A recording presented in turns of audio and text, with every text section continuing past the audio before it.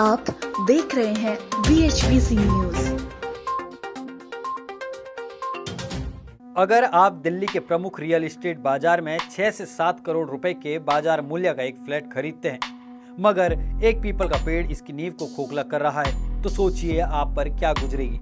अगर वह पेड़ आपके महंगे घर की छत को कमजोर कर रहा हो, इसके कभी भी गिरने की संभावना हो और आपको ऐसी स्थिति में किसी भी प्रकार की मदद मिलती भी न दिखाई दे, तो फिर आप मुश्किलों का अंदाजा लगा सकते हैं। यह कोई कल्पना नहीं है, बल्कि दिल्ली के अपकमिंग एशियाड विलेज में एक अजीब लेकिन कठोर वास्तविकता है, जहां एक पेड़ ने ऐसा कहर ढाया है कि प्रधानमंत्री कार्यालय तक बात जा पहुंची। सेवानिवृत्त IRS अधिकारी अजय अग्निहोत्री उन करीब 80 लोगों में से एक हैं जिन्होंने बड़े पैमाने पर सरकारी स्वामित्व वाली प्राइम हाउसिंग सोसाइटी में फ्लैट खरीदा था।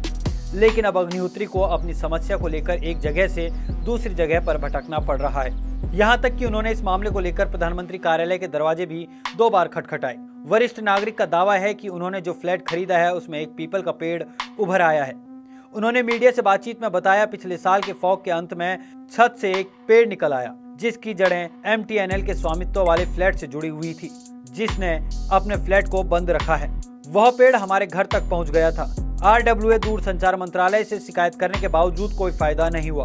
इसके बाद मुझे PMO का दरवाजा खटखटाना पड़ा। मेरे पास कोई विकल्प नहीं था, क्योंकि RWA के पास अधिकार नहीं थे, हमारे पास चाबी नहीं थी। हालांकि PMO तक पहुंचने के बाद 24 घंटे के भीतर लोग आए, पेड़ हटा दिया गया, लेकिन मरम्मत का काम घटिया तरीके से किया गया। उन्होंने आरोप लगाया कि हाल ही में एक 25 फुट का पीपल का पेड़, जो पिछले पेड़ की तुलना में बहुत बड़ा था, वो देखा गया है। अग्निहोत्री ने मीडिया से बात करते हुए दावा किया कि यह भी उसी बंद MTNL फ्लैट में अपनी जड़ें जमाए हुए हैं। उन्होंने बताया, पिछली बार PMO को मेरी शिकायत मिलने के बाद जब इंजीनियर आए तो उन्होंने मुझे आगे की समस्याओं के लिए संपर्क करने के लिए एक नंबर दिया, मगर उन्होंने कभी भी इस पर कोई जवाब नहीं दिया।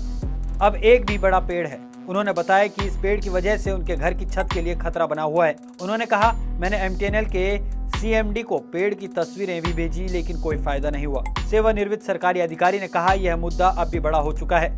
MTNL का दावा है कि वे घाटे में चल रहे हैं, जबकि उनके यहाँ 5 फ्लैट हैं जिनका बाजार मूल्य 35 करोड़ रुपए होने की उम्मीद है। फिर भी सभी को बंद रखा गया है। CAG को अपनी संपत्ति का ऑडिट करना चाहिए। रोज की ताज़ा खबरें सुनने के लिए सब्सक्राइब करें BHBC न्यूज चैनल।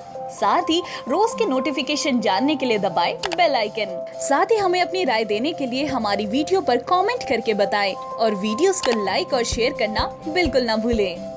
आप देख रहे हैं BHBC न्यूज।